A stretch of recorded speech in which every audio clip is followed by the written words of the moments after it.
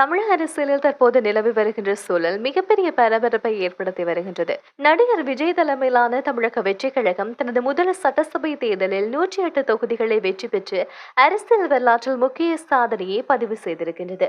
ஆனால் ஆட்சி அமைக்க தேவையான 118 எம்எல்ஏக்களுக்கான ஆதரவு இன்னும் உறுதியாகாததால் அரசியல் களத்தில் பல்வேறு திருப்பங்கள் தொடர்ந்தும் நடைபெற்று வந்து கொண்டே இருக்கின்றது.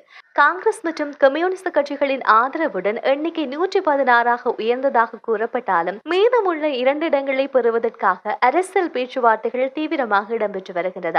இதற்கிடையில் அமமுக பொதுச் செயலாளர் டிடிவி தினகரன் விஜய் தரப்பு குதிரை பேரத்தில் ஈடுபட்டிருக்கின்றது என்று குற்றச்சாட்டு இருப்பது அரசியல் வட்டாரத்தில் அதிர்வலையை ஏற்படுத்தி இருக்கின்றது. மேலும் கூட்டணி கட்சியின் ஆதரவு குறித்து முரண்பாடான தகவல்கள் வெளியாகி வருகின்றன.